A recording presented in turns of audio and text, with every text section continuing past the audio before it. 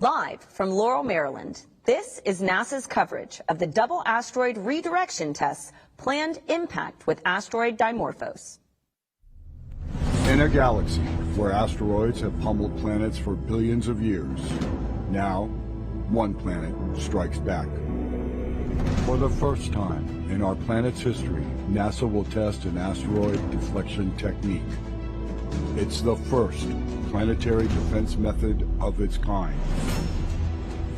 NASA's Double Asteroid Redirection Test will intentionally ram itself into an asteroid and alter its orbit forever. At the crossroads of science fiction and reality, DART is part of our plan to defend planet Earth against potential future impacts. The test to protect the future of our planet takes place today.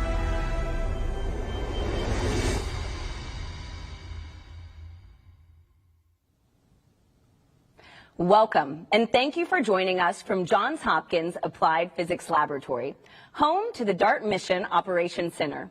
I'm your host, Tahira Allen with NASA Communications, and tonight we're following the real-time journey of the DART spacecraft and its planned collision with asteroid Dimorphos. The Double Asteroid Redirection Test, also known as DART, is the world's first planetary defense test mission of its kind. At 7:14 p.m. Eastern, it will demonstrate an asteroid deflection technique known as kinetic impact. Rest assured, this is only a test. The asteroid DART intends to impact is not a threat to Earth now, nor will it be after the collision. We have live views of the action from space, so keep an eye on the DART cam in the lower left-hand corner of your screen. Right now, you're only seeing a black screen with a single point of light. That point contains two asteroids in it, Didymos with a smaller asteroid named Dimorphos orbiting around it. As long as we continue to receive these live views from DART, we're going to keep that feed up on your screen. As we get closer to impact, the asteroid will begin to take shape, and eventually Dimorphos will fill your entire screen. You'll also notice a countdown clock indicating how close we are to impact and a progress bar that will check off key milestones along the way. Now, as we follow pre-impact operations, we invite you to join us as we check in with Mission Control for live updates and track DART's final milestones. We'll see two astronauts demonstrate what kinetic impact looks like in space, and we'll go behind the scenes at one of the observatories following DART's impact from Earth. You can participate in today's show tonight by submitting questions for our experts to answer live on air. Drop them into the stream wherever you're watching, or use the hashtag Planetary Defender on social media. Now, we're a little over 70 minutes out from impact at 7:14 p.m. Let's now meet your co-host, Samson Rainey, joining us live from the Mission Operations Center. Samson, it's good to see you. How does it feel to be in the middle of the action tonight? Hey, Tahira, I am feeling great. It is awesome to be back here after co-hosting DART's launch just 10 short months ago. How's the energy over there? Wow, that's amazing, Samson. You know, everybody's super excited. I've been talking to some scientists and engineers before the show, and it's really just anticipation about what's going to happen tonight. So with that, could you give us an update on how things are going with mission operations? Glad you're enjoying it there. This is going to be fun. So I mentioned launch, right? It was a huge event. NASA launches have become a staple of life for space aficionados. But there's never been anything like what we're about to see tonight, an attempt to impact an asteroid in near real time, the first attempt to change the motion of a celestial body. Just wow. If we hit that asteroid, Tahira, I think we're going to see a whole new side of this team that we've never seen before. Because let me tell you, since launch, these engineers and scientists have been eating, sleeping, and breathing this mission. This center has been like a second home for them as they've been monitoring the spacecraft's health and managing everything from propulsion to the power supply, guidance, and navigation. The list goes on and on. They've run countless simulations and have rehearsed for this moment time and time again, preparing for anything, and I mean anything that could possibly happen. A quick recap of the last 24 hours. No surprise here, they've been busy. Last night, they performed the sixth and last of what are called trajectory correction maneuvers to aim DART to within 200 meters of Didymos. Then they worked straight through to this morning to make sure that all went smoothly. Then they soldiered on to get us ready for tonight. And here we are, about an hour and 10 minutes from impact, and we're now in what's called the terminal phase, meaning that SmartNav, the autonomous navigation system, is actively guiding the spacecraft as it was designed to do for its final 4 hours. I also received word minutes ago that DART has reached another critical milestone. Draco, the eyes of SmartNav, is able to detect Dimorphos. This is a major goalpost, I have to remind you, because up until now, Draco has only been able to detect Didymos, the much larger asteroid it orbits. The next major milestone we're waiting for is for SmartNav to be locked on or targeting Dimorphos. We'll get more into what that means later. Lots more to come as we draw closer to impact. Back to you, Tahira. All right. Thank you, Samson. It feels good to know that we are detecting Dimorphos. Now, before we get any closer to impact, let's get to know our spacecraft and its mission.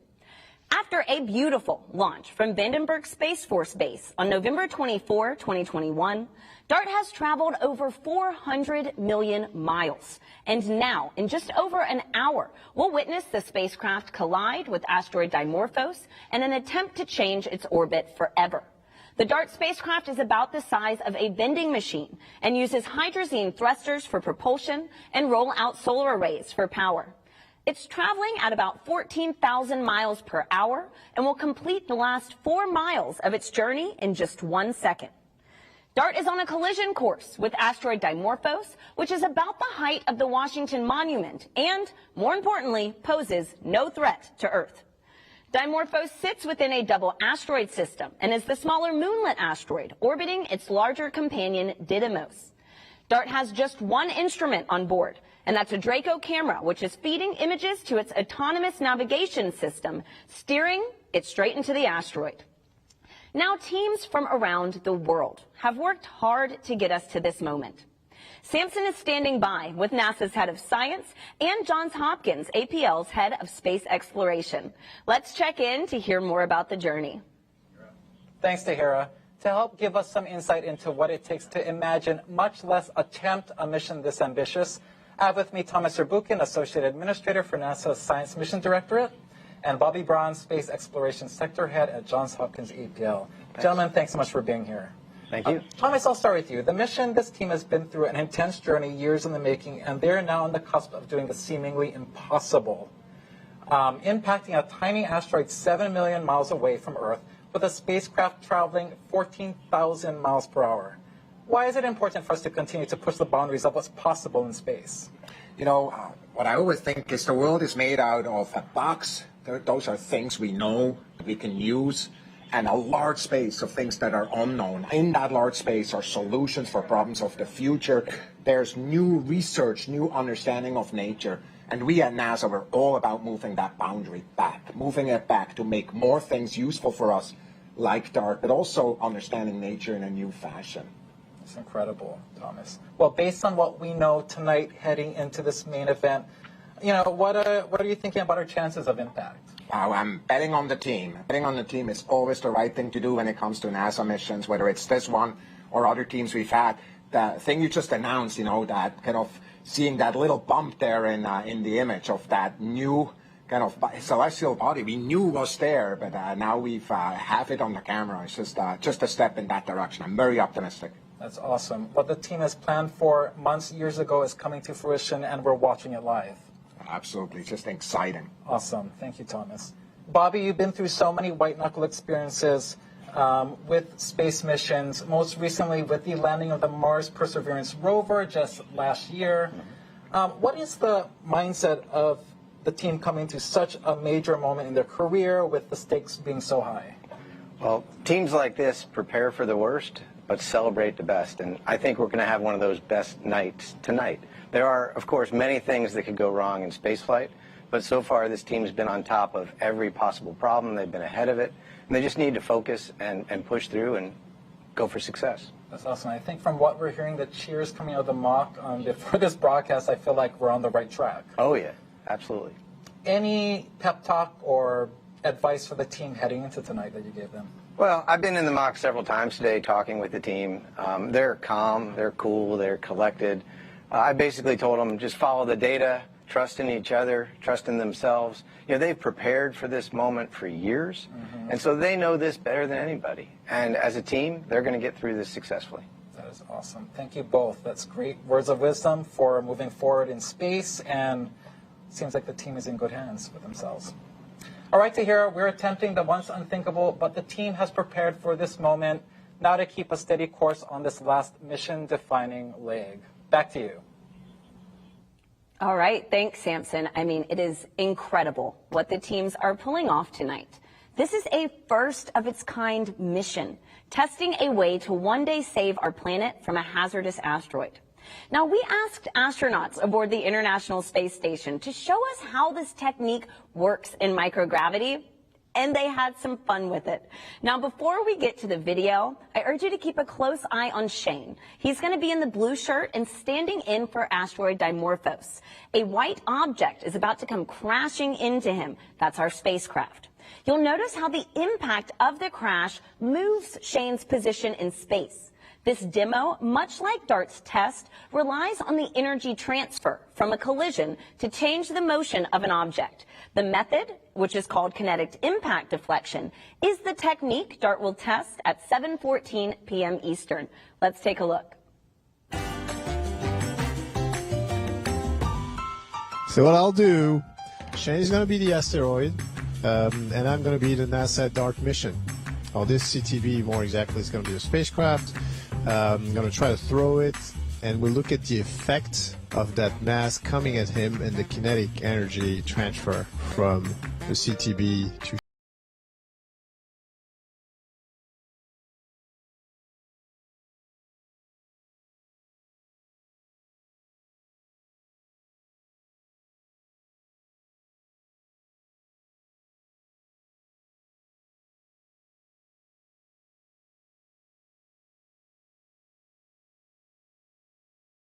pretty good.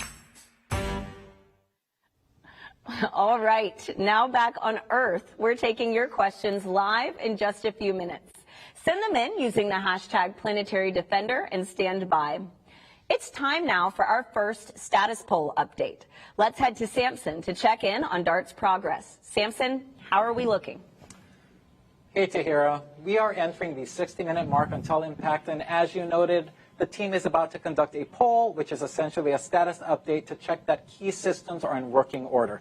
We're talking Draco image quality, smart nav, guidance and navigation, ground systems performance, everything that's anything to do with getting us to impact. All right, I think the poll is about to get underway. Let's start to listen in.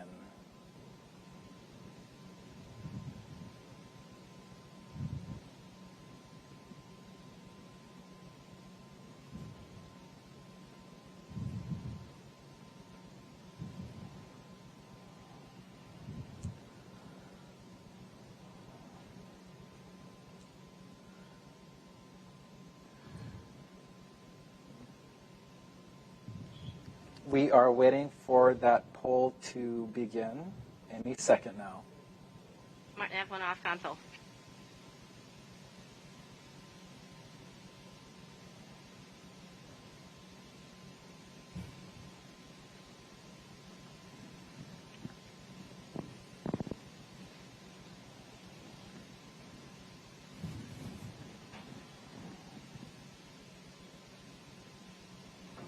Waiting on that first poll of the evening. There will be two polls, one at 60 minutes, which is now, and one at 30 minutes.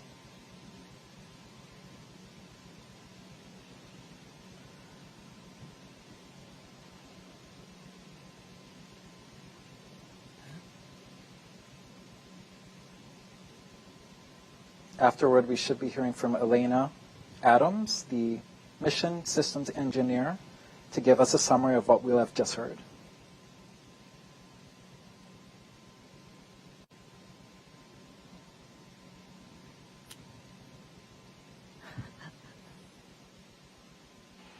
All right, folks, we're an hour prior to impact. Woohoo!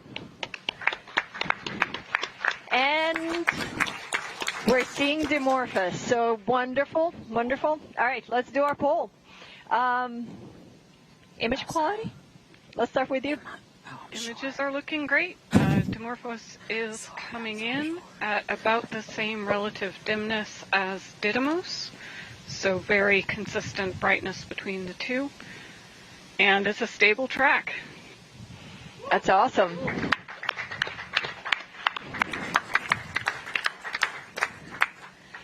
All right, SmartNav?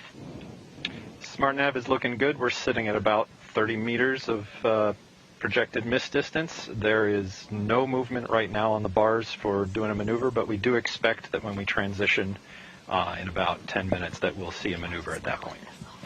Yeah, that's great. And at this point, because we have a stable track, we do expect to transition over at that correct. time. So that's really good. Whew, that's good. All right, GNC. GNC is nominal. We're ready to burn. That sounds good too. And maneuver. All right. Let's see. Autonomy. Autonomy is nominal. Heaters are cycling and no more fault rules. All right. DSN. DSN looks good, and we don't see any sign of rain. And ESA looks good as well. That's good. And then ground system. Ground system is nominal, and we have a clear vision of Dimorphos on the image display now. Yes, it looks great. Thank you, guys. All right, one more poll after this, but in the meantime, we're going to hopefully transition at 15 minutes to locking. So stand by.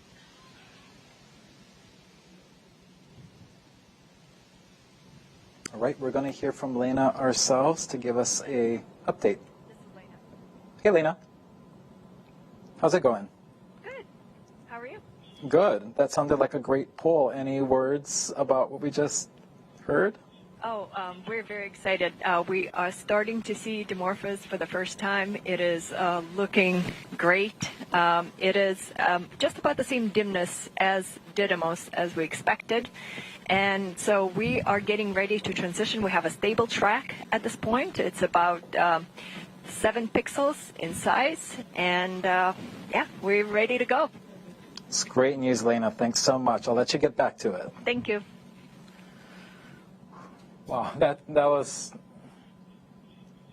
a great update. Joining me in reacting to that bit of news is Angela Stickle, planetary geologist and a DART investigation team lead. Angela, you just heard the poll. You just heard Lena. Things seem like they're going really well. What are you feeling? What are you thinking? Oh, I'm so excited. This is fantastic. We can see Dimorphos, and we're on our way. Gosh. Basically, we just got to keep humming along, right? Right. It's awesome. Heading in. Gosh, well, let's quickly talk about the next major milestone that's ahead of us, locking on target with Dimorphos, which could happen as early as 10 or so minutes from now. Right now, SmartNav is still targeting Didymos, right? But locking onto Dimorphos means, all right, Dimorphos, you are bright. You are consistently bright enough. I'm ready to start targeting you. Can you dive into what that means a little bit more? Yeah, exactly. So SmartNav is looking for bright parts of the image. And so as Dimorphos gets closer and it's brighter and bigger, SmartNav will just target onto it as opposed to Didymos, and we'll be on our way to impact. That is awesome. Thank you, Angela. That's very cool stuff. Good luck with the rest of the evening. Thank you. Great. And while we wait, we want to invite you to celebrate the life of an important member of our DART team. Pulling off extraordinary events requires extraordinary people. And Ray Harvey was just that. A leader, an engineer, a friend. Ray devoted his life to making the impossible possible. Tonight, we pay tribute to DART's former mission operations manager. Ray Harvey was our mission operations manager for DART, but I've known Ray since I've been at the lab, which is about 14 years. As a young engineer, having people like Ray was actually extremely important because you could go ask Ray a question. He would tell you a joke, but he would also give you an answer, so you didn't feel awkward asking questions. You would just feel good coming out with more knowledge, but also you had fun in the process. I've known Ray probably since I started working here almost 25 years ago, and he was always like a good mentor and a sounding board for anything we were doing. I think everybody learned something from Ray, his leadership skills, how to treat people, how to work as a team. Ray was a pretty amazing person.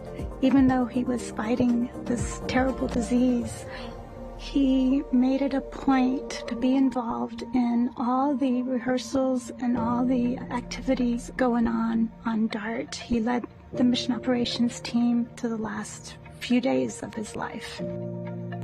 He was really hoping to make it to the end of this mission. He meant so much to this team and to getting us to this point. It represents so many years of hard work of him and also the team, but him leading that team. And so the DART spacecraft is a tribute to Ray. We are hoping that this experience kind of goes out to Ray and to his family.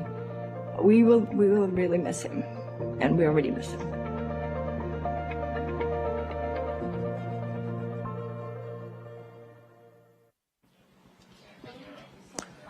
Ray has touched so many lives. Even in the short time that I knew him, he was so generous with his knowledge, and he made you feel like you belonged. Ray, you will be greatly missed. This one's for you. Tahira. Thank you, Samson, for that beautiful dedication. Now, if you're just joining us, we're under an hour away from the DART spacecraft's head-on collision with asteroid Dimorphos. DART's mission is a test of a planetary defense technique that could one day save humanity. Rest assured, the test poses no threat to Earth. The spacecraft is almost 7 million miles away from us right now, and you're watching a live stream of its approach to Dimorphos.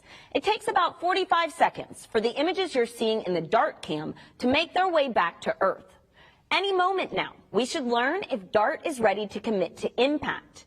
While we wait, I'm here with Andy Rivkin, DART Science Investigation Lead, and Mallory D. Coster, DART Impact Modeler. Andy, Mallory, while we wait to learn if DART is ready to commit to Dimorphos, I can't help but wonder, why this asteroid? That's a great question. The way that the Double Asteroid Redirection Test was designed, it was to measure the period change in a binary asteroid system. So we needed a binary asteroid, so that eliminates some number of objects.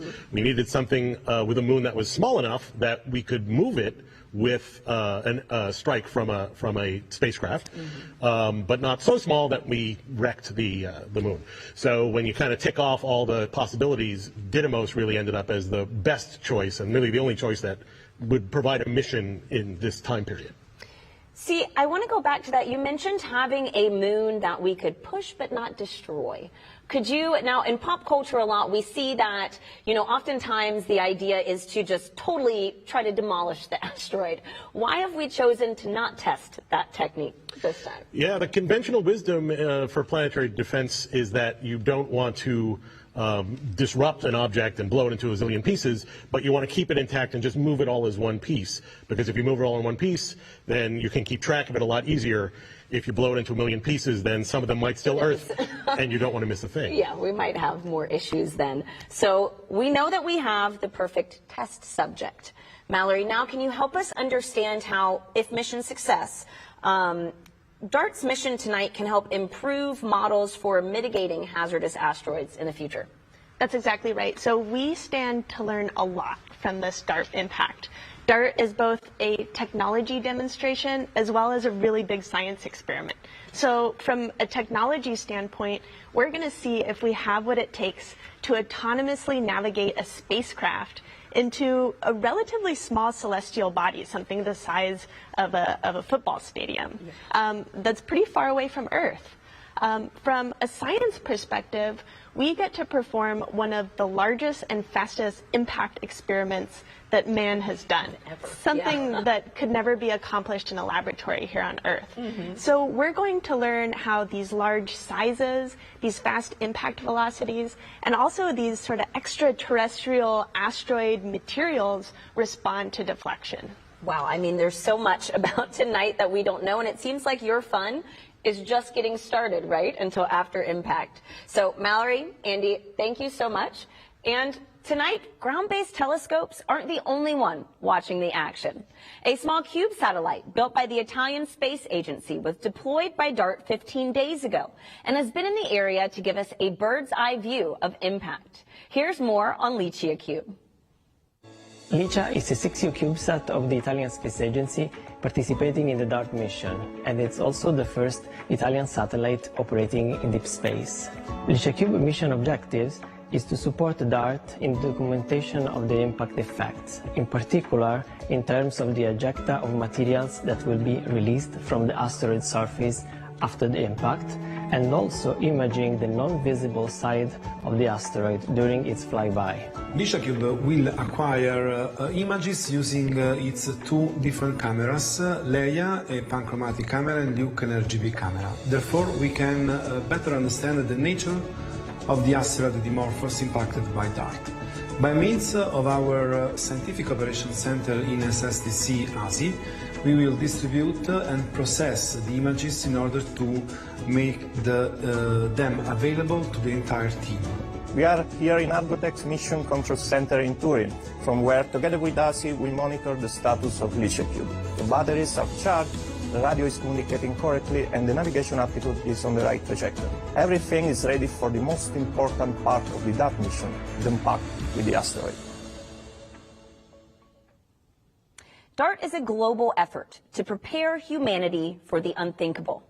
Before the spacecraft can complete its mission, the autonomous navigation system must first confirm a lock on target. This is a key milestone that we should be hearing about soon. So let's go back to Samson for the latest for mission operations. Hey, Tahira, we are less than 50 minutes out, and we just heard big news. We have reached the point where SmartNav is now target locked onto Dimorphos. That progress bar should move to your right that much further, closer to impact. Very exciting.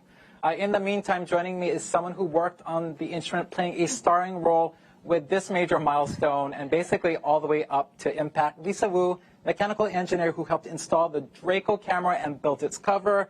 Lisa, thank you for joining me. Thank you for having me. So we just heard big news. We hit this target lock. It could have come fairly later than this, but we're in a good spot with this target. Exactly. How are you feeling? I am so excited. I'm sure the entire team is ecstatic. This is what we've been working so hard for in these very last moments, and we just heard we got target lock, so could not be feeling any better. Very exciting. I mean, we are humming along. So a quick recap, SmartNav is DART's autonomous navigation system. It's been called the brains of the spacecraft. And right now it's essentially maneuvering that spacecraft on its own, as it will be for the last 4 hours. A Draco imager, it's providing SmartNav with that unflinching view of Dimorphos, about an image per second. It is the eyes of the spacecraft. Lisa, what makes this camera perfect for this mission? Yeah, of course. So the Draco instrument is a very, very high resolution, narrow field of view telescope. The image quality, let's go back. Draco is a descendant of the Lori telescope, which might sound familiar because it took the very first pictures of Pluto on the New Horizons mission, which also might sound very familiar because that is an APL-led mission. So if you've ever seen the first pictures of Pluto, that is the amazing quality that we have on DART. That's incredible heritage. And yeah, anyone who saw those images of Pluto, those were amazing, and that kind of ups the ante for what we're going to see with these pictures of Dimorphos, right? Oh, yeah. So we all know about, a lot of us have smartphones with, cameras. We have cracks, we have smudges. How did your team make sure that this camera made it in pristine condition to get to this point? Of course. So our flight hardware, including this instrument, was made in the clean room. Very, very high clean facility. In order to make sure that the telescope works, we had to put it through a lot of electrical testing, optical testing, alignment testing. We had to make sure it performs as we intended. And then not only that, you have to take this instrument and put it through all the environments that it will see through space. So we put it through vibration testing, thermal vacuum chamber testing, all to make sure that it performs and it will survive through space. That's amazing. Test, test, test, and test again, right? Yes. This is how we get to a stage like this. That is exactly awesome. That is great. Thanks so much, Lisa. The number of astounding technologies that are on board this spacecraft is amazing, but doing the impossible requires nothing less than the astounding, right? All right, Tahira, we have the technology. Clearly, we have the talent. Now we wait for history. Back to you. All right, thanks, Samson. It feels good to know that we have locked on target Dimorphos. Now, earlier we asked you to send in your questions by using the hashtag Planetary Defender.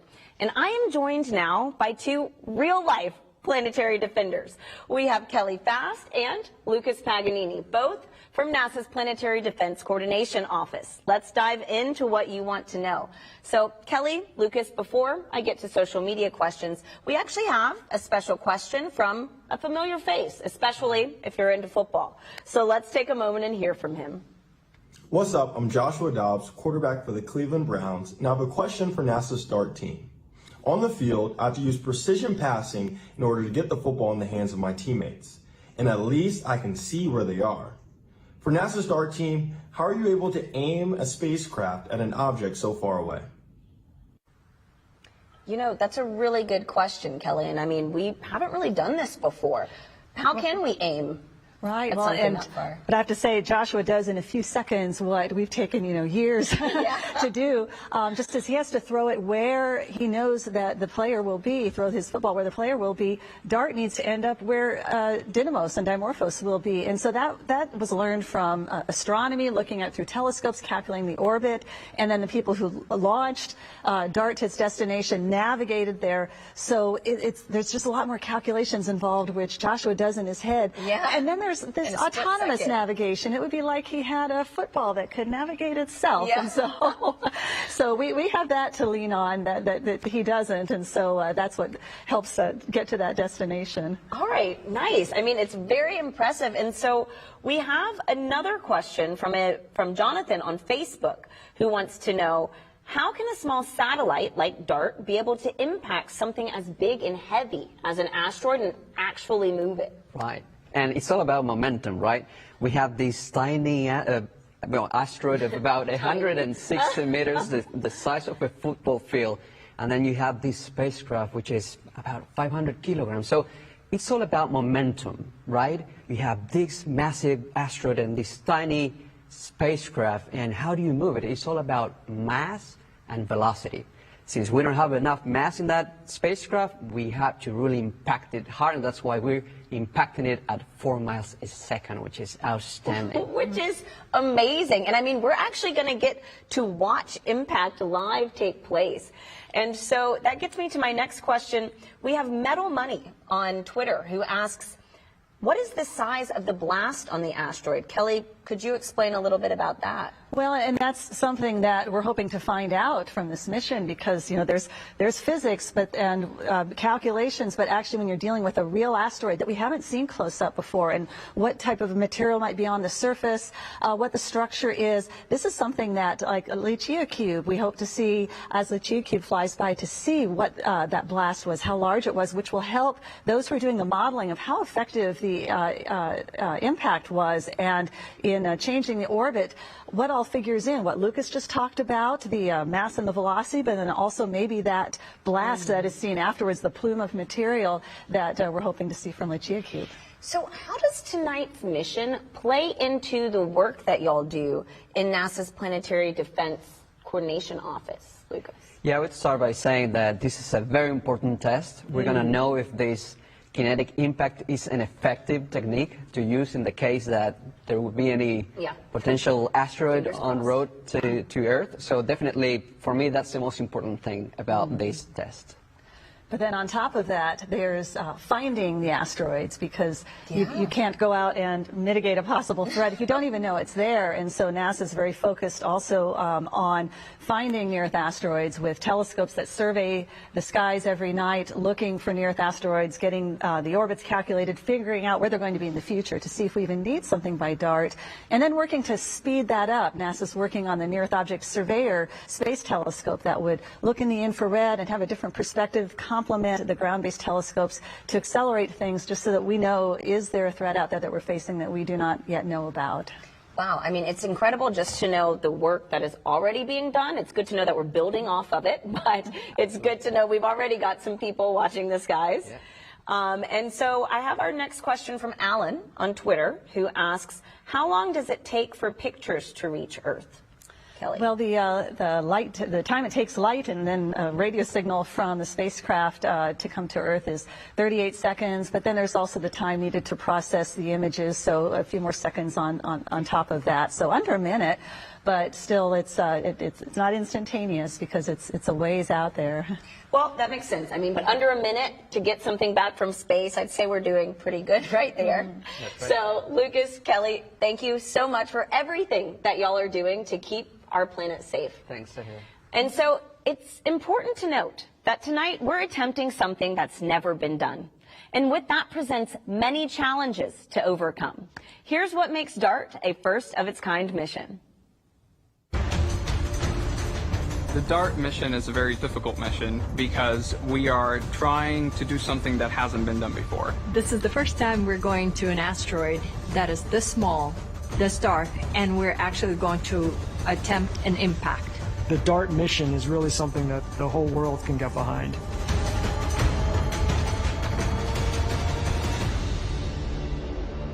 We're doing this mission to prove that we can deflect an asteroid if we find one that is on an impact course for Earth. We are trying to hit an asteroid 163 meters wide, which is about the size of the Washington Monument, while flying at 6 kilometers per second, which is like going from New York to DC in about a minute. There is no chance that this asteroid could ever hit Earth. It's a very small asteroid. It's only about the size of a small football stadium, and it's almost 7 million miles away from the Earth. That's 28 times the distance between the Earth and the Moon. There's kind of a limit on how much mass you can launch into space. You know, rockets are only so big.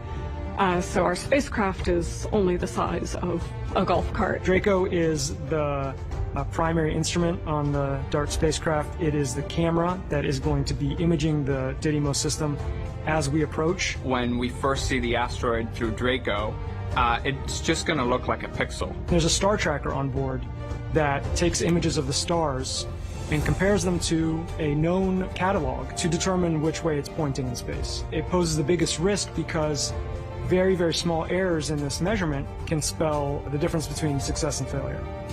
And those measurements are going to be fed into the SmartNav algorithm that's going to be making the autonomous course correction commands that will put us on an intercept course. There is a very small probability that we don't hit the asteroid. Even if we do everything right, our sensors work well, our spacecraft is doing well, we are looking, we're finding the asteroid, even then, we might still miss. We're trying to teach a computer how to recognize an object we've never seen before. And the way it does that is by taking pictures of the asteroid and then interpreting where it is in space and guiding itself to it. The spacecraft is controlling itself. SmartNav is guiding the spacecraft. And we have very limited ability to respond in that time.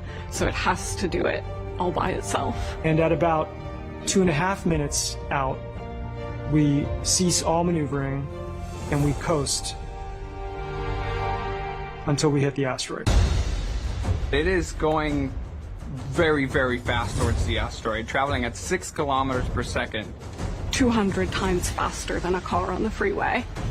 So when we hit, all of that mass, all of that momentum pushes the asteroid. Even giving it a small nudge will allow it to change its course. But if we did see an asteroid on track for Earth, this would be enough of a deflection. It's like a bittersweet moment. Yeah, all this hard work just got destroyed, but that was exactly why we put it all together. Of all the endeavors that we do for space and in space, this is probably one of the ones that one day will be the most important thing that we've ever done. In the future, I hope that DART can teach us what ways work and what ways don't work for planetary defense. Because it is humankind's first demonstration that we have gained the knowledge and the technology to be able to protect the Earth from an asteroid impact.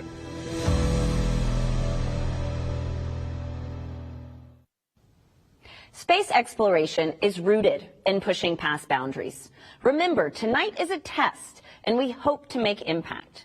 Now that you've learned of the challenges to today's test, let's head back to mission operations and get a status update on DART's real-time progress. Samson, how are we looking? Hey, Tahira, we have 30 minutes to go until impact. As we heard earlier, so far so good. SmartNav is now targeting Dimorphos. Thrusters are firing, maneuvering the spacecraft. Draco, DART's eye, playing paparazzi with Dimorphos, providing SmartNav with about an image per second.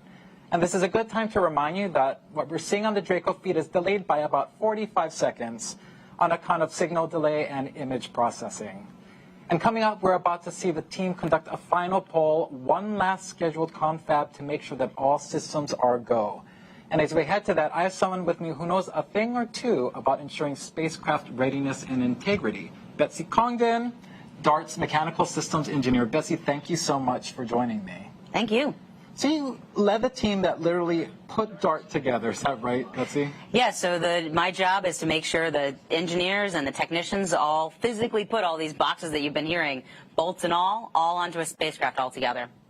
I got to ask, with a mission so ambitious, how many hours, how many years, how many people? Do you have any idea at this point? Oh, man. So, I mean, DART has been thought about for a long time, but really started in earnest about 5 years ago. We started building up the spacecraft and, in that assembly that I was talking about 2.5 years ago. And so it's been hundreds of hours, to make something like this possible. People with all sorts of talents. You've seen a lot of them today. That's incredible. And so we're heading up toward another status update, as I said earlier. And as we all know, space is a unique and challenging environment. When you're assembling DART, what were the key boxes you were checking off of that very long quality assurance list to get the spacecraft to where it is right now and hopefully till impact? So space is very hard, and so what we do is each individual component, Lisa was talking about this earlier, goes through its own individual testing, and then we put the whole spacecraft together, and we will check out the electrical systems, making sure all the boxes are working and talking to each other. We put it into a vacuum chamber, make sure it's going to work in space, put it through all the different temperatures it's going to see, and then put it on a shaker table and actually mimic launch. And so it actually goes through all of that as a full spacecraft as well as individual components. So we go through a lot of testing, mission operations, mission simulations to get to this point. That's incredible. I mean, I don't know if you included, you mentioned so much, Ray. Is that also accounting for the temperature fluctuations in space? That's another key part. Yeah, so we have chambers here at APL that are specially built to take these spacecraft, put them into the vacuum of space, and run them through the temperature spaces that we're going to actually see. It's incredible. How many times do you check? Is it like one test and we're done, or are you sometimes testing and testing? Lots and lots of testing, and that's what makes it, so perfect. We're seeing these great images coming in because of all that testing and all of that work. So, you don't do anything once. You're doing it many times because once it's in space, there's not a lot of ways to fix it. Right.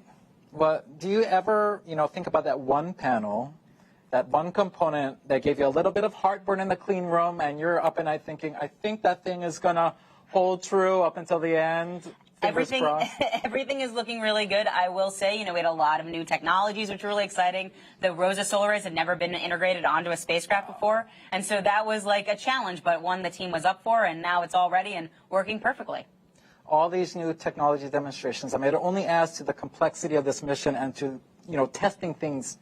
I wouldn't say even more so, but it's just as critical. But new technology, everything has to be so to make sure it comes.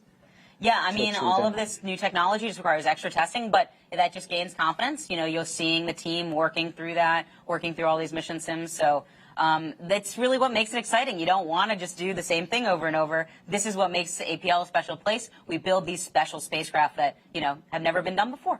A last quick question for you. It's got to be a little bittersweet that a spacecraft you poured heart and soul into is about to careen into an asteroid. How are you feeling about that? I'm feeling great about it. It was designed to careen into the asteroid. It's meeting its destiny. So it's really exciting to see, and I can't wait for impact.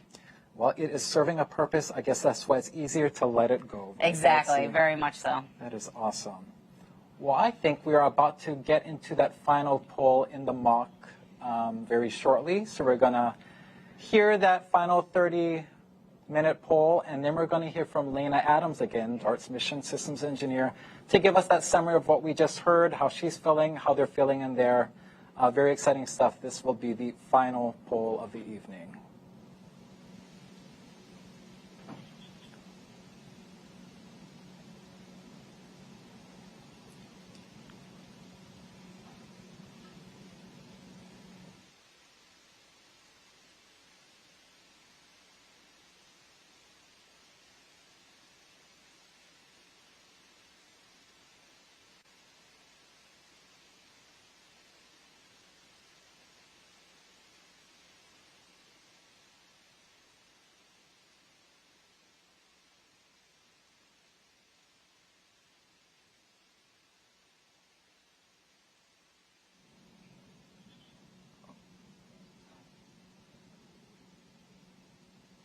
we are awaiting that final poll.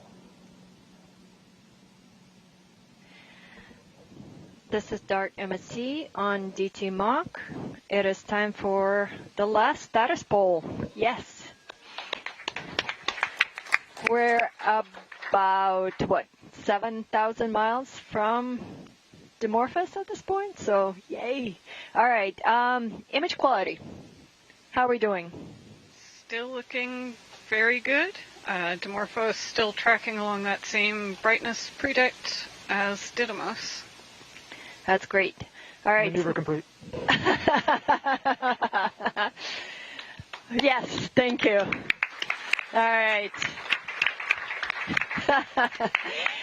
SmartNav. SmartNav is looking nominal. We are at under 30 meters of projected miss distance right now. Yeah, it's looking really good. Look at that. That's looking fantastic.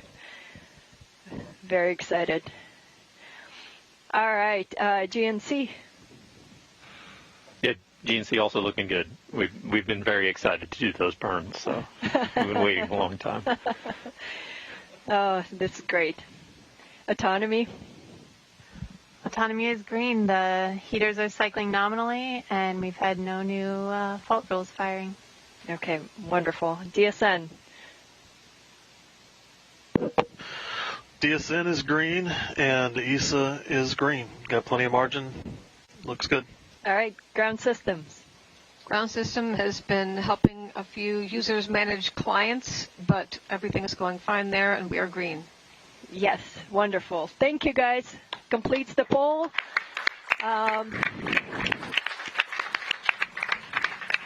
Last one. All right, so Didymos is looking like itself. We'll see what Dimorphos is looking like soon. In the meantime, we're going to transition to precision lock at 20 minutes. That's our next milestone.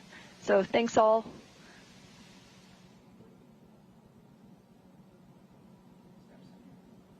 All right, we're about to hear from Lena Adams from the Mission Operations Center. Hi, Samson. Hi, Lena. That sounded very positive. How's it going in there? Oh, it's going great. It's going great. We've locked on Dimorphos. We're maneuvering towards it, and yeah, everything is looking really good. We were at the time of the poll within just a few meters of projected miss distance, which means we were hitting towards the center. And at this point, we're coming back there about 30 meters off the center of the lit portion of Dimorphos as of right now. We've executed 2 burns. And everything's looking on track. Oh, that sounds wonderful, Lena. Thanks so much for that, and good luck on the final stretch. Thank you. Thank you. Have a good one. All right, Betsy. We had that very positive poll. Lots of fantastics, lots of clapping. We heard Lena in a very positive mood. How are you feeling? I'm feeling great. It's amazing to see the actual dots on the screen for real coming down from the spacecraft. Very exciting. Any words of encouragement for the team? I mean, obviously, they're doing a great job. They practiced a ton, and we're ready. Go DART. You've heard it all loud and clear, Tahira. All systems are go, and we remain on track for impact. And like Betsy just said, go DART. Back to you. All right. What an exciting update, Samson. You just heard it. All systems are go. Mission operations confirm the spacecraft is on track for impact. But in order to hit the mark, the test must first locate its target. That's why Johns Hopkins APL engineer Michelle Chen helped develop new autonomous navigation techniques that will ensure a bullseye. Let's take a look. Never in my life would I have thought I would take a couple $100 million spacecraft and crash it into an asteroid. My name is Michelle Chen, and I lead the team that is responsible for the autonomous navigation of DART spacecraft to hit an asteroid. The DART mission is the first planetary defense test mission. Our goal is to hit and impact an asteroid to understand and study the momentum transfer so that we could potentially later down the road, if we need to, deflect an asteroid on its way to Earth. I am the SmartNav lead. SmartNav stands for Small Body Maneuvering, Autonomous Real-Time Navigation. SmartNav, I always consider it sort of like the brains.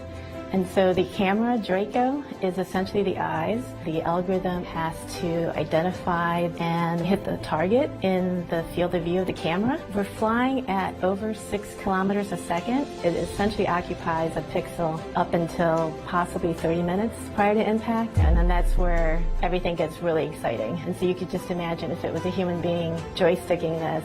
Because we don't know for sure what the asteroids look like, our simulation gives us the capability to use different asteroid shapes and asteroid objects to see that our SmartNav algorithm performs against all these unknowns. We're super excited and nervous as well. I love pushing the boundaries, and I love the application of math into real-world problems, and then seeing it actually doing its thing. To me, there's nothing cooler than that. If you're just joining us, we're about 24 minutes away from DART's impact with asteroid Dimorphos. The spacecraft is flying at 4 miles per second, guided only by its autonomous navigation system. I'm here now with Tom Statler, DART program scientist, and Don Graninger, DART impact modeler. Tom, Don, thank you for being here with us tonight. We have some good news happening, but we did just hear about the challenges that DART is facing tonight. So, Don, could you tell us a little bit about what kind of uncertainty exists with a mission like this? Yeah, sure. So what's really interesting is that until just, even a few minutes ago, I feel like we're just getting our first looks at Dimorphos. And so we have absolutely no idea what we're going to be impacting into. It could be covered in rubble pile. It could be just a completely different shape. We don't know until we really write upon that impact. And that's probably one of our biggest uncertainties on this.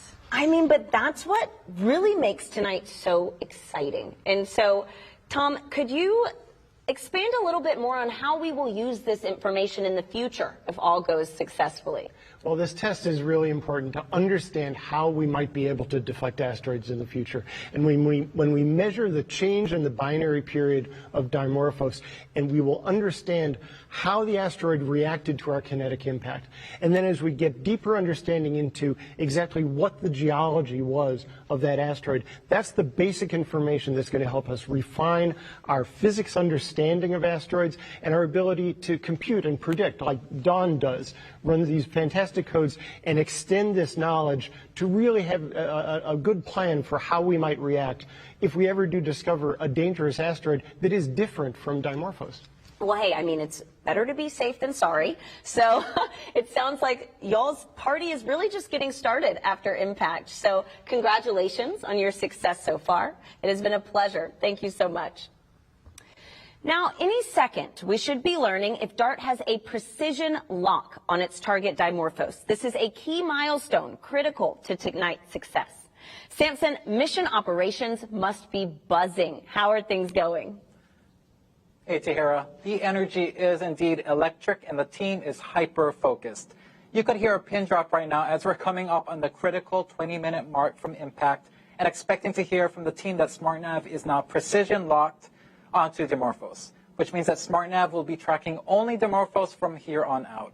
Why? SmartNav has full confidence that we're in fact tracking Dimorphos, and so we want to remove any confusion by continuing to track Didymos. Because what could happen with Didymos is that its shape could be such that there's a lot of shadowing, which could make it seem in the Draco imagery like multiple blobs, as the team likes to call them.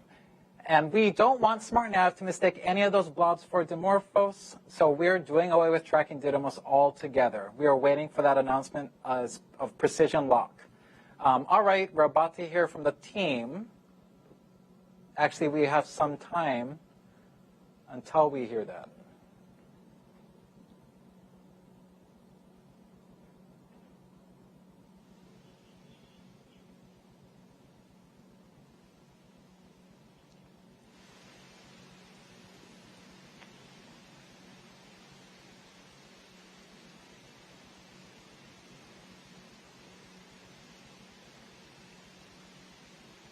And now let's listen in for that confirmation of precision lock.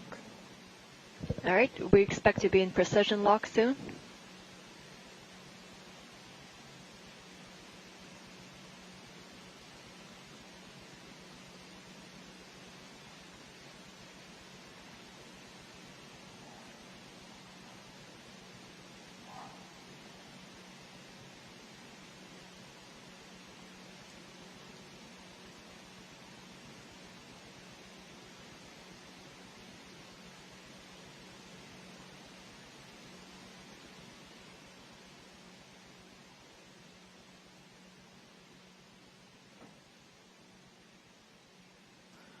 are waiting for confirmation of precision lock.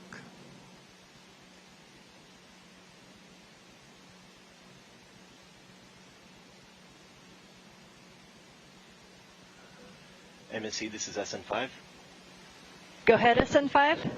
We are precision locked and still tracking Dimorphos. Yes.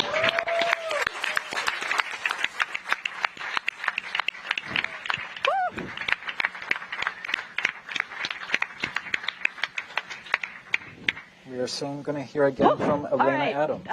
This is great. This is DART MSC on DT Mach. So this was our last milestone. At this point, we're going to be working towards Dimorphos. I expect we're going to do some burns. We're about 4,500 miles away from Didymos and Dimorphos. So let's see what happens.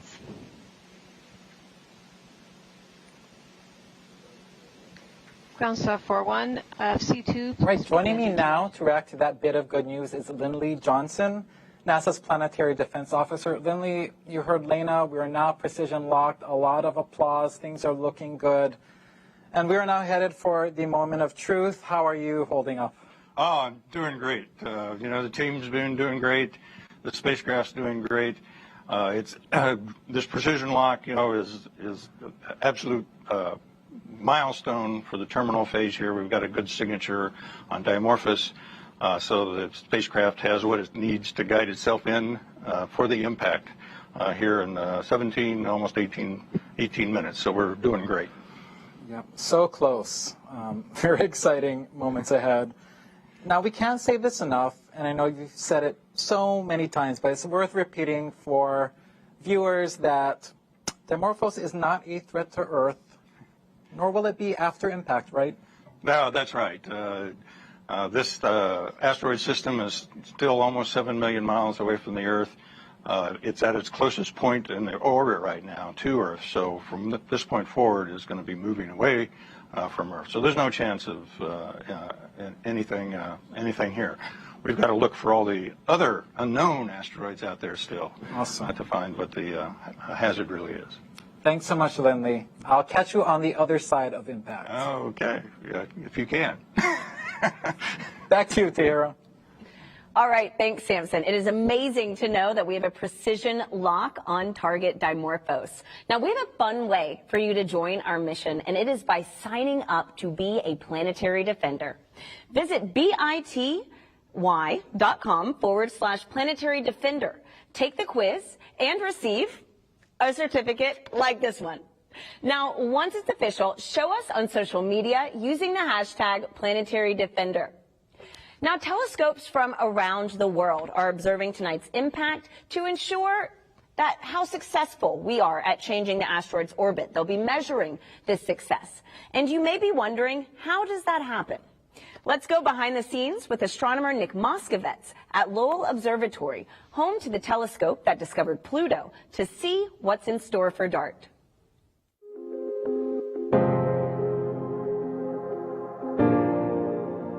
This is Lowell Observatory. Lowell is one of many observatories around the world that will be observing the DART impact, NASA's first ever planetary defense test mission, to see how much a spacecraft impact can deflect an asteroid in its orbit. This is where Pluto was discovered, and we are still doing research in all areas of astronomy today. So let's go check it out.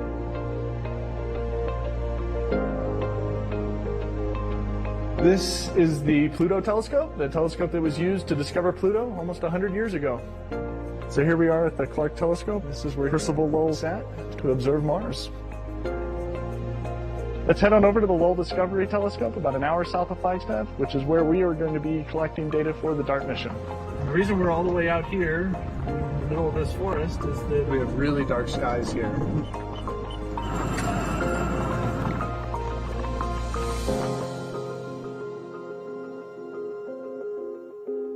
And this is the Lowell Discovery Telescope. This is what a 4.3 meter telescope looks like. This is what we will be using to study Didymos and Dimorphos in the days and weeks after DART impact. The DART spacecraft will be hitting an asteroid called Dimorphos. It's special because it's a binary asteroid, which means a satellite around a larger asteroid called Didymos. And DART will actually be hitting Dimorphos And what we will be measuring is how much DART changes the orbit of Dimorphos around Didymos. So this is an important test for planetary defense mitigation strategies, in case we ever have to do this for real.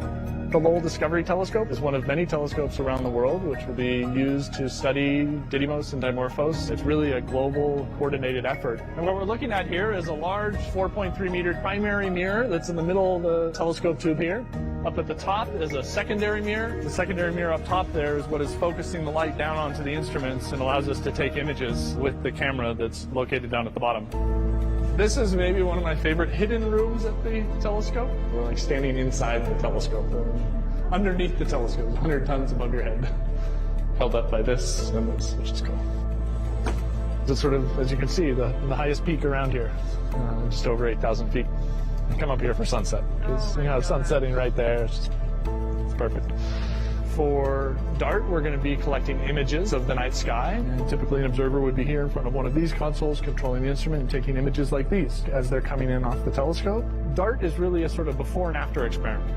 We need to understand the system before the spacecraft intentionally impacts, and then we have to understand what the outcome of that impact event is. As we watch from the Earth, Dimorphos will pass in front of Didymos and behind Didymos. What we will be doing with those images is measuring the brightness of Didymos in those images and looking at how that brightness changes. And those dips in brightness allow us to measure when these eclipses happen and measure the orbit period of Dimorphos. And so you have essentially a fixed star field here.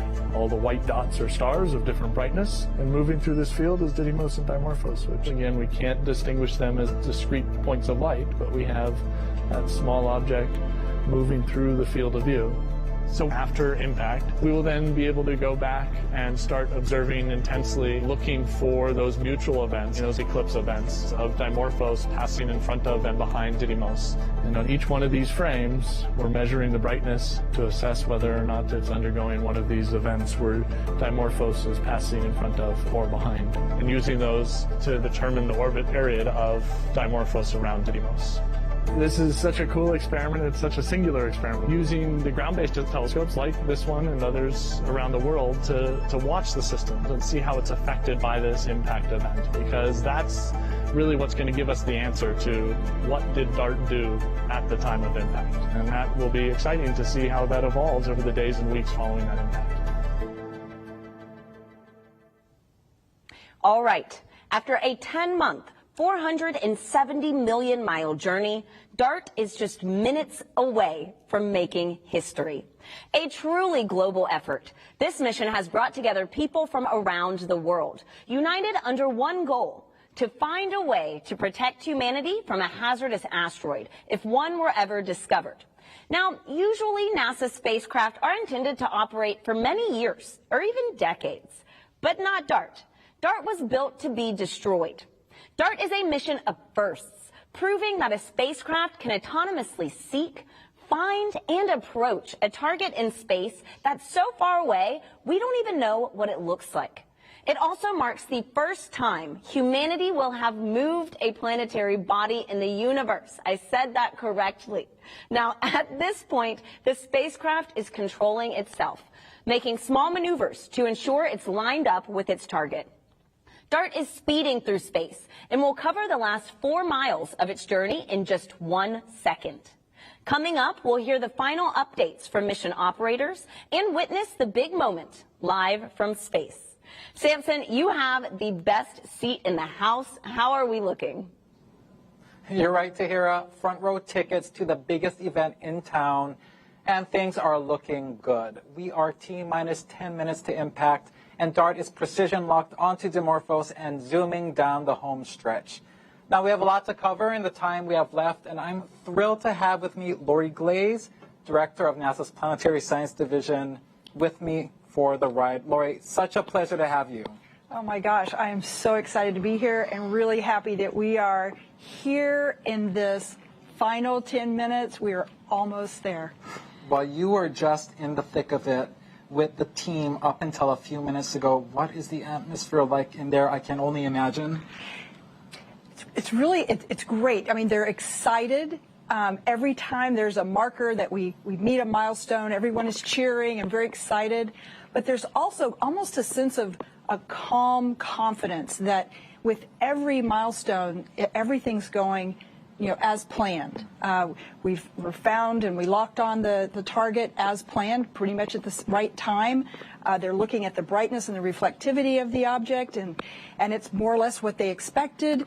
Everything is performing as expected, and so there's a lot of cheering and happiness, but just kind of a sense, hey, we've been planning for this a long time, and we've got it. We've got this. We've been planning for this. We can hear applause left and right throughout this evening, all good signs.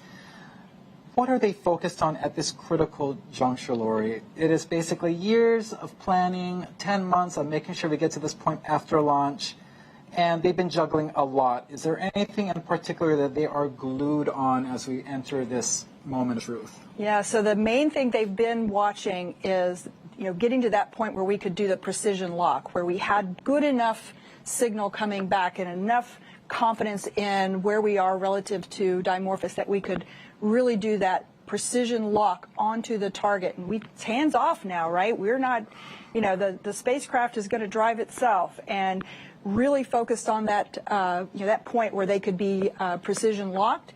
And they're also thinking about looking at and reassessing continuously what's the probability of miss, right? As you get closer and closer, that probability should get smaller and smaller, and it is. It looks really, really good right now. Well, it sounds like the game of thinking, of wondering, really doesn't end until that last second comes to pass. So they can do a lot of great up until this point. We just have to see this through to these last few minutes. Well, and in a few minutes, speaking of that, all the years of thinking, of doing, planning, reacting is finally coming to an end. From 5 minutes to impact, there will be no more opportunity to send any commands to SmartNav in the Mission Operations Center. The team will be purely spectators, the data coming in, and they are just waiting it out like the rest of us for the first time. Lori, this is huge both from an operational perspective and also an emotional one, isn't it? Yeah, it is. I mean, you can imagine, I'm really excited about it, and I've been engaged with this mission for, the last 4.5 years that I've been in my current role.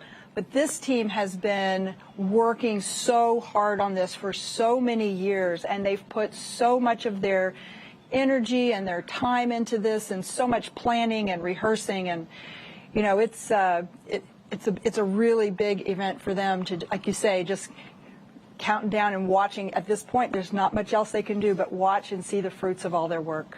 Yeah, I've gotten to know many members of this team over the past few months, and there's a lot of alpha individuals on there, right? You need a good mix of alpha people to make sure we get to this point. I can only imagine what they're feeling. Perhaps, like you said, a little bit of relief, a little bit of, can I let this go? I have worked for this moment so long, and now we can no longer do anything. That moment is just coming up. Yeah, but I think they're ready. I think they're at that point. You're getting some shots of Elena Adams, the systems engineer, and you can see the excitement in her voice. She's so ready to show the success of this mission. This is awesome. 5 minutes out, which we're coming up on now. The team will be hands off 2.5 minutes from impact. SmartNav, which has been guiding the spacecraft autonomously for 4 hours, will also step away, stop any maneuvers. DART will simply be coasting to its fate. This is blockbuster stuff, Lori. Oh, yeah. Oh, yeah. We are there. Yeah. I have front row tickets, and we are very soon about to open up these airwaves in the Mission Operations Center. We'll stay plugged in all the way through impact. Remember, at this point, 5 minutes out, no more commands to SmartNav will be possible. The team is watching it just like you and me and the rest of us.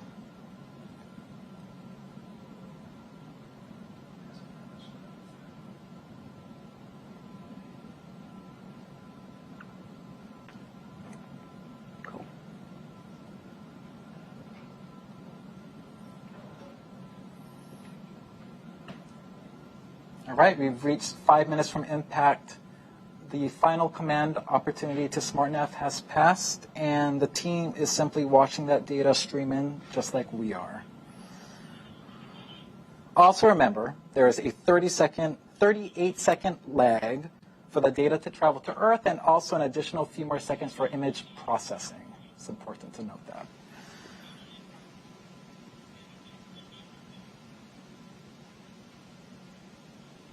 You should be hearing the chatter in the Mission Operations Center momentarily. This is DART MSC on DT Mach. 5 minutes till impact. 5 minutes till impact. We are at 1,100 miles away.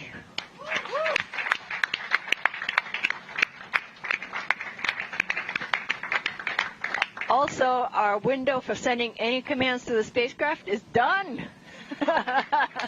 Contingency's done.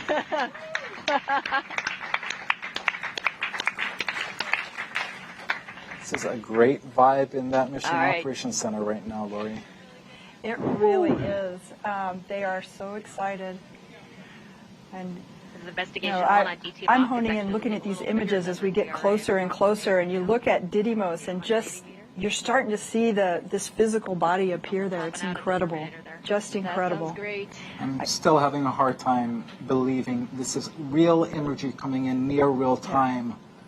Yeah, but you've been watching it over the last 30, 45 minutes go from just being a collection of individual pixels, and now you can actually see the shape and the shading and texture of Didymos, and we're going to see that same thing with Dimorphos as we get closer and closer. This is so cool. Never before seen images of Dimorphos will come into stark relief. Absolutely. A few seconds before impact. Didymos. It's amazing. All right. The team is standing just recognizing this moment years in the making. It is really nice to see them relax a little bit, get off from those computers that they've been glued to, and just appreciate this moment that's coming. Yeah, and they've earned this. It's just great to see them there. This is so cool. Lori, we hit another major milestone. We are now 2.5 minutes from impact, and SmartNav has stopped maneuvering the spacecraft. DART is now coasting toward Dimorphos, and we hope into the history books. Absolutely. This will be, I'm sure you've heard it many times tonight, humanity's first ever attempt at trying to move another celestial body, and also our first attempt ever to execute a mission in sole purpose of planetary defense. So what an exciting time. Yeah, and I'm starting to see Dimorphos start to come into view there. You can see it starting to take shape. I'm starting to see individual boulders on Didymos. Unbelievable clarity of images there. Coasting on in, our projected miss distance is going to be about 17 meters. All right.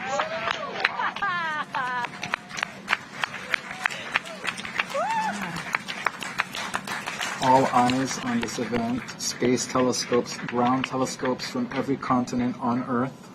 Yeah. Yeah. All right. 2 minutes out. Does not look like one single rock to me. Oh, boy, we're getting close. 14,000 miles per hour, Lori. 14,000 miles per hour, and remember, 45 minutes ago, 55 minutes ago, we couldn't even resolve this object in space, and now you can see us zeroing in right on target. And we're now dropping the clock, and we'll go by loss of signal to confirm impact. Right. Yes.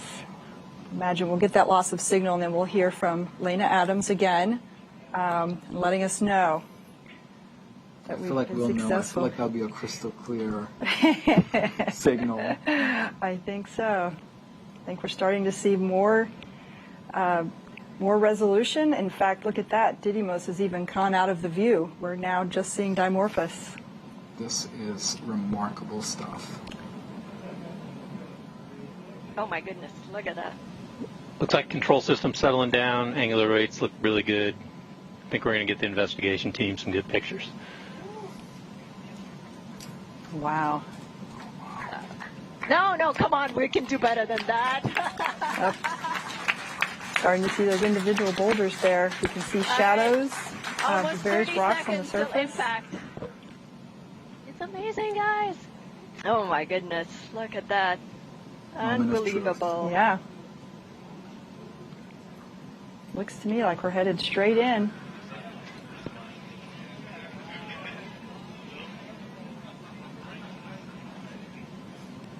Oh my gosh. Oh wow. Yeah. Oh my goodness. 8, Yeah. 7, Oh, 6, wow. 5, 4, 3, 2, 1. Oh my gosh.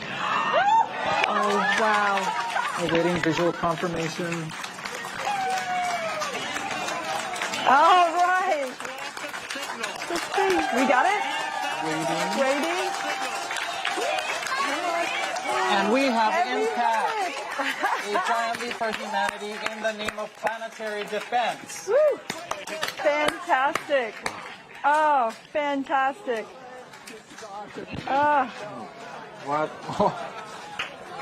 What a moment. Very few words can really capture this moment. This is beautiful to watch.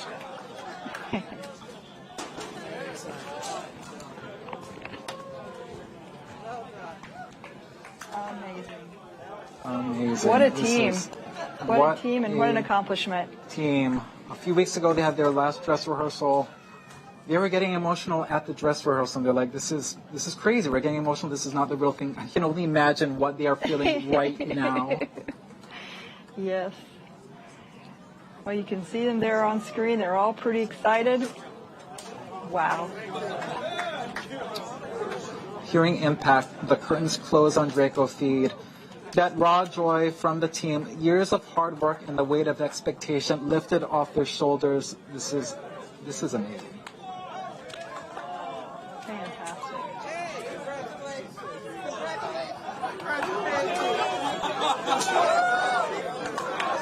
This is beautiful. And Lori, really, this is a huge moment for the mission.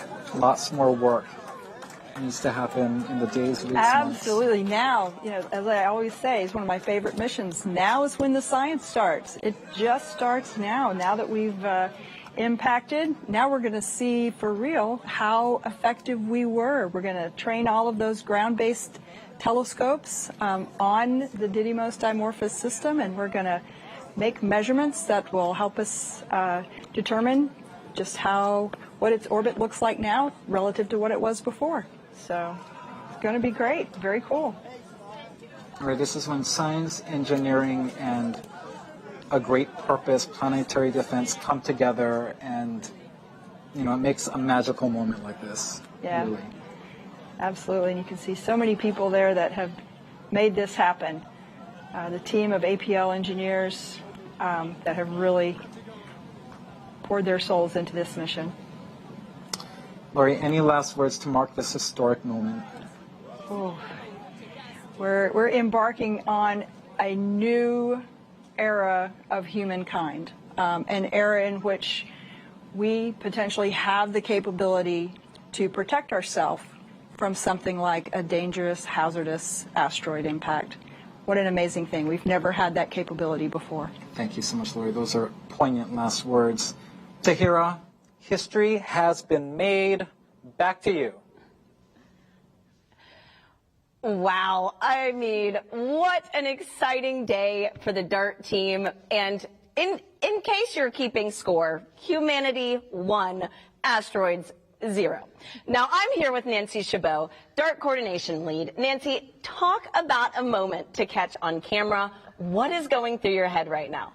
I mean, I'm just thinking, wow, that was amazing, wasn't it? I mean, those images, you just got closer and closer, and sort of we've been planning for this moment. We've been talking about it for years. At APL here, we've been working on this since 2015, and I've been talking, these are the images that we're going to see, and they're going to be spectacular. And I think even then they exceeded my expectations of just zooming in like that, and, it really is just such the team accomplishment, and to get to this moment over so many years.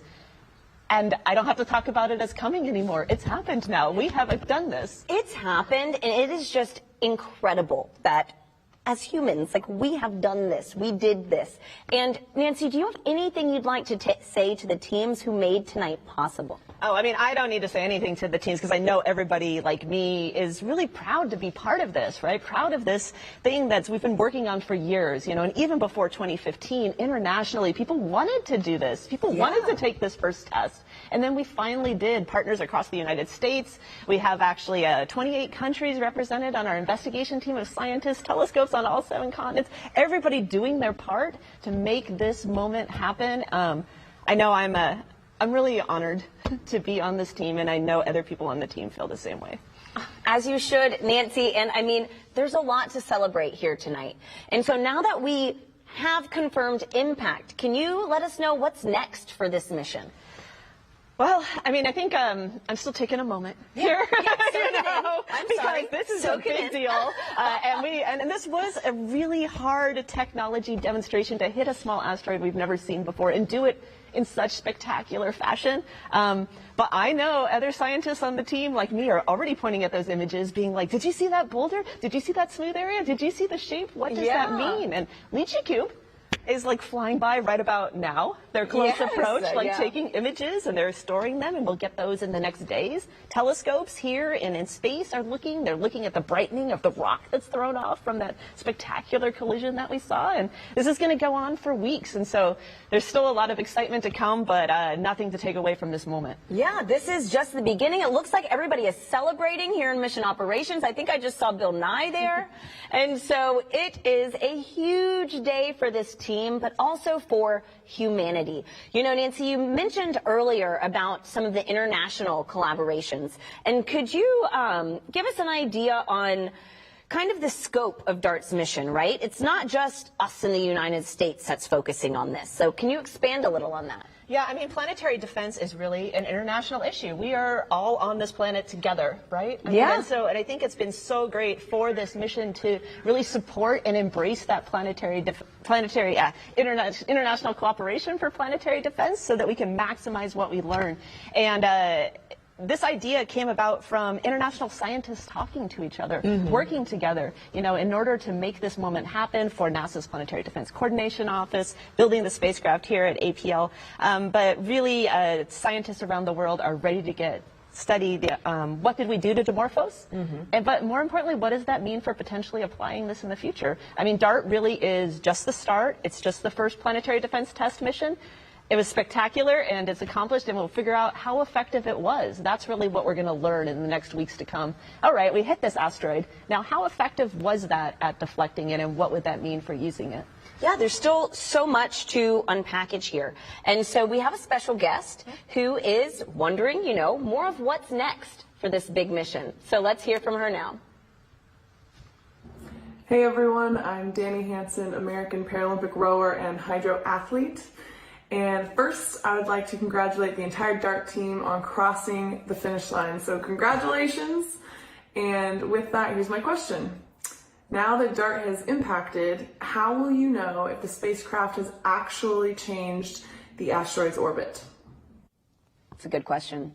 Yeah, I mean, so this is a double asteroid system. So all we've done here actually is change slightly how Dimorphos goes around Didymos, right? And the telescopes on the Earth have studied this for years. So we knew it used to be 11 hours and 55 minutes. What is it going to be now? And so the telescopes are going to measure that period change. And they're so good at this. They've done it for decades already to get us to that point.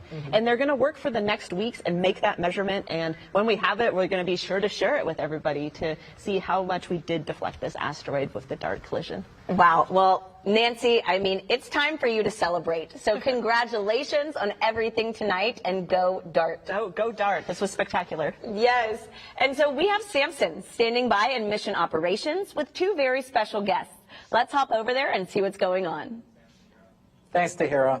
I have the pleasure of introducing NASA Administrator Bill Nelson, who has a special message for us. Hey, congratulations. Boy, the DART team, you really did this one very well. It's been a successful completion of the first part of the world's first planetary defense test. And there were years of hard work. There was a lot of innovation and creativity that went into this mission.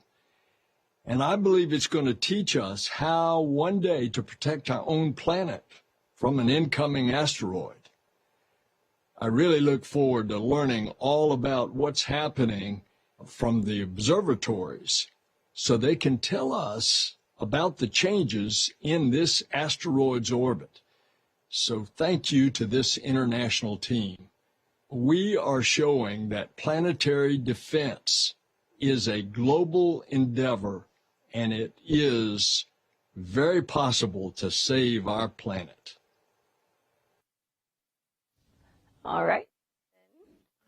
That was eloquently put, Administrator Nelson. Joining me right now are Deputy NASA Administrator Pam Melroy and APL Director Ralph Semmel.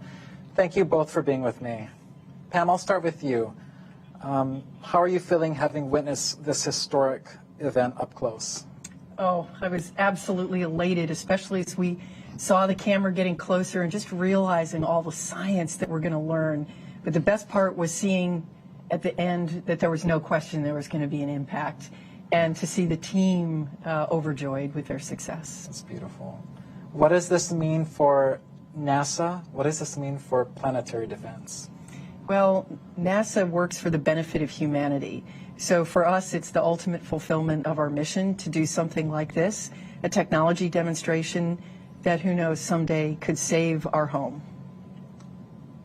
Very powerful. Thank you, Pam. Ralph, you were in that mock for the moment of impact. We've seen a lot of major milestones in APL's history in space. We're talking the first flyby of Pluto, the first mission to orbit Mercury, and now the first spacecraft to impact an asteroid. What was the moment like for you in there?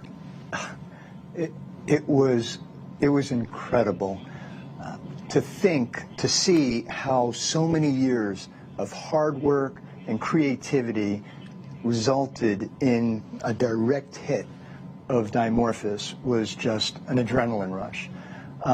I'll add that I've been at the lab now for quite a few years, and I've been involved in a lot of missions and achievements, and never before have I been so excited to see a signal go away and an image to stop. Ralph, I'm going to give you both a treat right now. We're going to play that replay of impact on our screens right now so we can enjoy it again. Ralph, what does this achievement mean for Johns Hopkins APL? Huge, right? Oh, it is huge. And in fact, if you'll excuse the pun-like statement here, the impact on APL, as it was on Dimorphos, is immense. This is exactly the kind of mission that APL seeks to do, a never-before-done mission. I'd like to thank NASA for entrusting us with this mission, and I'd like to tell everyone how proud I am of the entire DART team and APL for this game-changing achievement. Incredible. Thank you, Ralph. And we're watching that replay right now on our screens and just admiring that remarkable achievement once again.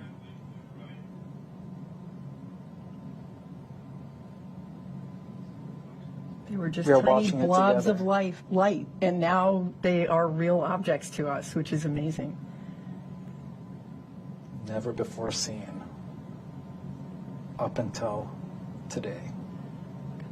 That is amazing. You know, it's just as good the second and third time. Yes. There's that drop-off, knowing we made impact. Fantastic. Well, there you have it. A lot of pride here tonight, along with the promise of big things to come. And with a successful DART impact, that will do it for us today at the Mission Operations Center. Back to you, Tahira. Amazing. I mean, today is a fantastic day. And DART is just the beginning of a global planetary defense effort. In 2024, the European Space Agency's Hera mission will conduct follow-up observations of asteroid Dimorphos and measure in great detail DART's kinetic impactor tests. Let's take a look.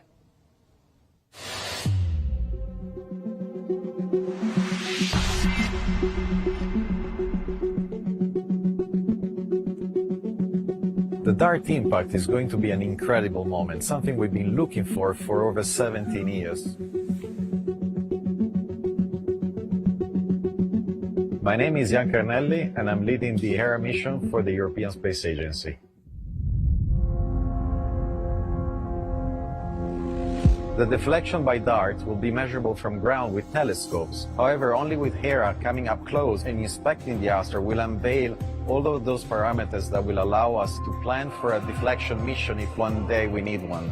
This is the propulsion module of the Hera spacecraft that will take us to Asteroid Dimorphos and will allow us to study the results of the DART impact. The propulsion module is being built here in Italy and then will be sent to Germany, where will be mated with the instruments and the rest of the spacecraft to be ready for launch in October 2024. We started designing and conceiving the whole mission and the spacecraft about 2 years ago, and we have a launch date to meet that is a fixed date in October 2024. So it's challenging, but we're making it possible. You could say that Hera is really 3 space missions in one. We have one, the main spacecraft that we are currently building at OHB in Germany, but we also have 2 smaller missions that are spacecraft in their own right. Those are the 2 CubeSats, Juventus and Milani.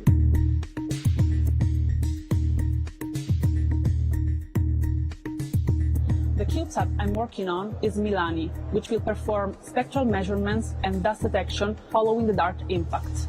My name is Margherita Cardi from TEVAC International in Italy. We will work alongside the other CubeSat, Juventus, which will perform Kahneman X-ray of the asteroid to understand the internal structure. This is going to be the first time that we have CubeSats on board an ESA spacecraft. Once we arrive there, we will be deploying the CubeSats in order to complement ESA's scientific observations, taking more risk, but also trying to have higher rewards. The CubeSats will be installed on 2 panels that will be mounted on each side of the structure of Hera. They are just the size of shoebox, however they contain complex technology which will really allow to bring added value to the Hera mission. Hera and DART represent a fantastic international collaboration between NASA and ESA. The 2 missions complement each other and will validate an asteroid deflection technique that we could use in the future to protect planet Earth.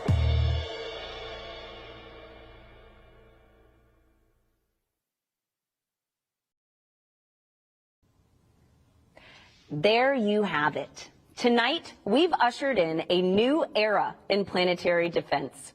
At 7:14 p.m. Eastern, the DART spacecraft targeted and collided with Dimorphos, showcasing a technique that we could use if a hazardous asteroid is ever on a collision course with Earth. Even though impact is over, the process of moving the asteroid is still going on as we speak. Over the next days and weeks, we'll be monitoring Dimorphos from all angles, tracking its change in orbit with ground-based observatories, studying the impact crater and ejected materials with space telescopes, and we may even get images from missions like Lucy, Hubble, and Webb. Now, don't miss a beat. For mission updates, follow Asteroid Watch on Twitter, NASA Solar System on Twitter and Facebook.